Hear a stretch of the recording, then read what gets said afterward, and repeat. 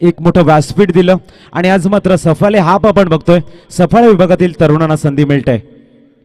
ओहो sweet sound deep मिडांच्या वरनं clear वाट कॅच बघायचंय। थर्ड अंपायरला मात्र रेफर केलंय। ज्या पद्धतीने लोखंड मॅग्नेट ज्या पद्धतीने लोखंडाला खेचून घेतं तसा लीलया चेंडू मात्र हातामध्ये राहिलाय आणि ते मात्र रेफर केला गेलाय थर्ड अंपायर साठी की नक्की मैदानाच्या आतमध्ये काय घडलंय। खूप चांगला क्षण म्हणता येईल एका बाजूने कोरा संघाच्या बाजूने, तर दुसऱ्या बाजूने आपण बघतोय की हृदयाची ठोके वाढल्यात।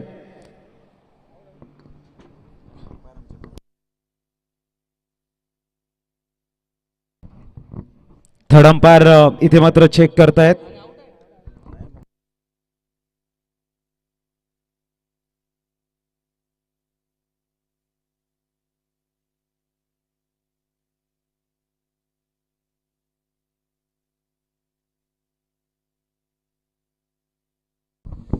आणि इथे मात्र मनीष पाटीलच्या खेळीला पूर्ण विराम लागतोय।